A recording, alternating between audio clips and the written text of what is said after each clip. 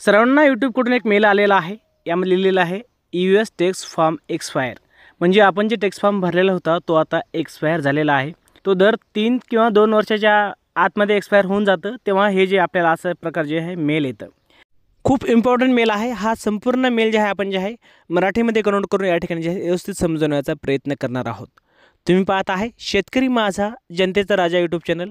Timepass न करता सुरू करूया आजचा हा व्हिडिओ। आपल्याला व्यवस्थित समजावं म्हणून हे मेल जे आहे मी या ठिकाणी जे आहे मराठीमध्ये ट्रान्सलेट केलेला आहे। या पहा या ठिकाणी आलेला आहे, तुमचा US कर फॉर्म 2024चा शेवट एक्सपायर होईल। या ठिकाणी जे सांगितलं गेलं आहे 2024च्या शेवटी हा फॉर्म जे आहे आपला जो आहे एक्सपायर होणार आहे। तुमचा US कर फॉर्म रिफ्रेश करण्याची वेळ आली आहे। म्हणजे आपल्याला जे आहे डबल ते फॉर्म भरण्याची वेळ आली आहे। पहा या ठिकाणी दिलेलं आहे, कालभरे US कर फॉर्म असलेले निर्माते जगभरातील एकूण कमाईच्या 24% डिफॉल्ट कर दरांच्या अधीन असू शकतात। म्हणजे यामध्ये सरळ सांगताय की जर आपण हा फॉर्म भरला नाही तर आपली जी अर्निंग आहे या ठिकाणी तर 24% अर्निंग आपली जी आहे काटली जाईल। दर काही वर्षांनी निर्मात्यांना त्यांची माहिती योग्य आहे आणि त्यांची कमाईवरील संभाव्य रोखे कर अचूक आहेत याची खात्री करण्यासाठी यूट्यूबसाठी ॲडसेन्समध्ये त्यांचे US कर फॉर्म पुन्हा सबमिट करणे आवश्यक आहे। या वर्षाच्या शेवटी तुमचा US कर फॉर्म कालबाह्य होईल, म्हणून तो आजच भरण्यास सुरुवात करा। तुम्ही US मध्ये राहत नसाल तरीही हे सर्व निर्मात्यांना लागू होते। मी काय करावे जर तुम्हाला माहीत नसेल की तुम्हाला काय करायचं आहे तर या ठिकाणी जे आहे फॉर्म कसं भरायचं आहे संपूर्ण या ठिकाणी डिटेल दिलेले आहे। बघा सर्वात प्रथम तुम्हाला काय करायचं आहे, तुमची कर माहिती पुन्हा सबमिट करण्यासाठी यूट्यूबसाठी ॲडसेन्समध्ये साइन इन करा।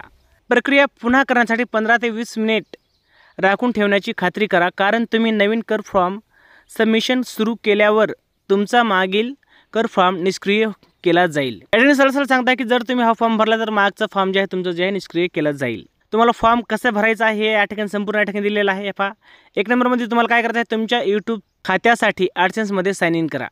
त्यानंतर जे आहे तुम्हाला पेमेंट माहितीवर क्लिक करायचं आहे। त्यानंतर जे आहे सेटिंग व्यवस्थापित वर क्लिक करायचं आहे। या ठिकाणी संपूर्ण डिटेल व्यवस्थितपणे दिलेली आहे। स्टेप बाय स्टेप तुम्ही हे जे वाचून आहे तुम्ही कंप्लीट करू शकता। अंतिम मुदत काय आहे, तुमच्याकडे 10 डिसेंबरपर्यंतचा कालावधी असला तरीही आजचा तुमचा जे कामाचा यादीतून ते चिन्हातून करा। तुमची कर स्थिती बदलली नसल्यास तुमची कर माहिती पुन्हा सबमिट करण्यासाठी तुम्ही फाईलवरील सध्याच्या सक्रिय फॉर्मचा संदर्भ घेऊ शकतात। म्हणजे तुम्ही जे आधी फॉर्म भरला होता त्याच्याविषयी तुम्ही तो उघडून पाहू शकतात आणि तो बघून जे तुम्ही या ठिकाणी फॉर्म जे आहे पुन्हा या ठिकाणी भरू शकतात। मी हे वर्षाच्या अखेरीस केले नाही तर काय होईल, हा महत्त्वाचा पॉईंट आहे।